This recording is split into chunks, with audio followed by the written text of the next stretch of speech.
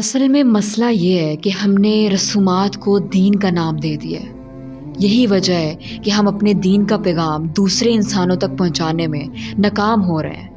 آپ خود سوچیں نا کہ یہ پٹاخے چلانا، ثواب کی نیت سے شور مچانا، ارد گرد کے ماحول کے لیے تکلیف کا باعث بننا، کیا ہمارا دین ہمیں یہ سکھاتا ہے؟ ہرگز نہیں۔ دین آپ کو عقل و شعور سے کام لینے کا بتاتا ہے، تحقیق کرنے کا کہتا ہے۔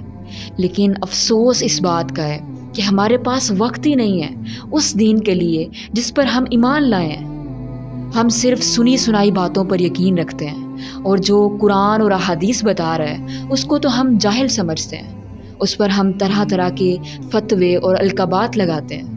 اگر ہم تھوڑی سی عقل کو استعمال کرتے ہوئے تھوڑا سا مطالعہ کریں، قرآن و احادیث کو کھولیں، تو واضح ہو جائے گا کہ ہم نے کتنی رسومات کو دین کا نام دے کر لوگوں کے لیے مشکل پیدا کی ہوئی تھی۔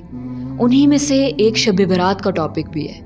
بیٹی کو شبرات دینی ہے، پیسے نہیں ہے پاس، روزگار نہیں ہے۔ غریب بندے کو تو یہی پریشانی ہے۔ اب بیٹی کو شبرات نہیں دیں گے تو سسرال والے تو تانے ماریں گے نا، دیکھو کیسے گھر والے ہیں اس کے کہ ابھی تک شبرات دینے نہیں پہنچے۔ یعنی بیٹی کو شبرات دینا فرض بنایا ہوا ہے۔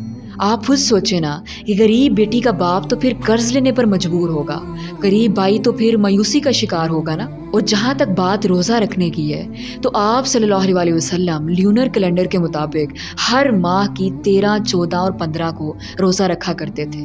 انفیکٹ آپ صلی اللہ علیہ وسلم ہر ہفتے میں 2 دن روزہ رکھا کرتے تھے، پیر اور جمعرات کا دن۔ لیکن ہم اگر 15 شعبان کو اسپیسیفکلی ایک عبادت بنا کر اور خود سے اس کی ایک فضیلت بنا کر عبادت کریں گے اور روزہ رکھیں گے تو وہ محض آپ کا اپنا ایک خیال ہوگا۔ رسول اللہ صلی اللہ علیہ وسلم سے ہمیں ایسی کوئی چیز نہیں ملتی کہ انہوں نے اس کے بارے میں ہمیں یہ بتایا ہو کہ آپ اس دن روزہ رکھیں، اس دن روزہ رکھنے کی یہ فضیلت ہے۔ آپ صلی اللہ علیہ وسلم کے ساتھ ہمیں جڑنا ہے، ان کی تعلیمات کے مطابق چلنا ہے۔ خدا را ان رسومات کو دین کا نام دے کر فرض بنا کر لوگوں کو بتانے سے پہلے غریبوں کے بارے میں بھی سوچا کریں کہ وہ ان رسومات کو کس طرح سے ادا کر پائیں۔